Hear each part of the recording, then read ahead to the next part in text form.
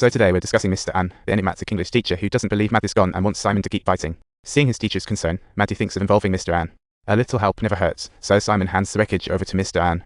Meanwhile, the sheriff returns home and runs into Weasel, and things are about to get interesting. Weasel is now the prime suspect because the police cracked open the phone, but it's emptier than a teenager's promises after a breakup. He warns Weasel to stay home, but this rebellious teen has other plans. While Dad is busy on the phone, he sneaks out on his bike, headed for some mysterious adventure. He finds himself at Maddie's house, face to face with Maddie's mom. She looks utterly exhausted, her heart overwhelmed with despair and helplessness, all due to her missing daughter. Meanwhile, Maddie and Simon are still anxiously piecing clues. Finding phone wreckage means serious trouble. There must be a reason, clues in the phone.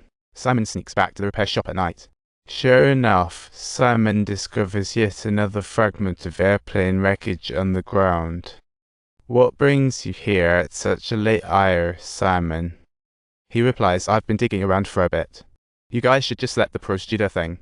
Mr. Ann pulls Simon aside, telling him to keep tonight's event secret. Simon wants to ask why Mr. Ann was there too, but Mr. Ann just tells him to watch out on the road.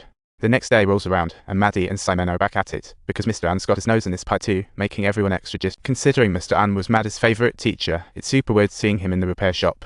This totally suggests he might be mixed up in all of this, so they decide to investigate Mr. Ann. Simon and Nick team up to distract Mr. Ann outside while Simon sifts through his office.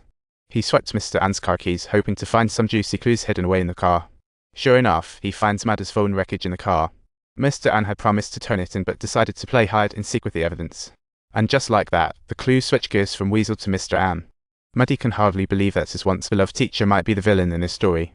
Mike suggests maybe he should chat with a spirit named Nisha, since Nisha had an unfortunate run-in with the murderous homeroom teacher. Nisha says about 30 years ago, he had this super caring homeroom teacher who practically held his hand through homework. What a hero. But the good times were short-lived. On her graduation day, Nisha faced a teacher's threat. Nisha refused to play his teacher's game, and poof, never walked out of the office again. Hearing this, Maddie is shocked and rushes off to dig up some intel on the teacher. While studying, Nicole notices Maddie liked her photo. Ghostly behavior. She rushes to the favorite rooftop hangout, but alas, nothing but echoes greet her. Just as she's puzzled, Weasel shows up out of nowhere, freaking Nicole out and claiming he was just being a curious passers-by. Weasel says, I didn't mean to scare you. I'm just trying to figure out what happened to Maddie. After some awkward exchanges, they decide to team up with Maddie's mom and search the nearby woods for clues. Meanwhile, Maddie and Simon are rifling through Mr. Ann's office to no avail. Talk about a waste of a good detective day. But Weasel's crew finds a clue in the woods, a ticket that belongs to none other than Maddie. And there's a man's footprint on it, suggesting Maddie had some company out in these woods. Hearing nothing useful from the search, Maddie and Simon decide to leave, but Mr. Ann suddenly waltzes back in. Mr. Ann appears utterly frantic, engaged in a phone conversation about something that seemingly has a close connection to Maddie. Matt is confused, as he never asked him for any dough. What's he babbling about? Suddenly, they notice a concealed compartment inside the cabinet, containing money of questionable origins and unknown provenance. Determined to uncover the truth, Maddie decides to check Mr. Ann's phone for call logs. But here's the kicker, Mr. Ann's phone is password protected. Matt is out of luck for now. Maddie is in a panic, shouting for Simon to help, but Simon's too busy flunking an exam to notice. Finally, the class bell rings. Simon seizes the moment, bolting to turn in his exam while snagging Mr. Ann's phone on the way out. Left with no choice, Maddie returns to the basketball court, hoping Mr. Ann's phone will provide new clues. He inquires of the ghosts who have been trapped for decades whether they have any knowledge pertaining to Mr. Ann. Charlie chimes in, saying he once saw Mr. Ann at a fundraiser, messing up a name a faux pas for an English teacher. Other than Charlie's little tidbit, they've uncovered absolutely nothing valuable from Mr. Ann. All that time trapped in school must have made for some very dull and unfruitful company.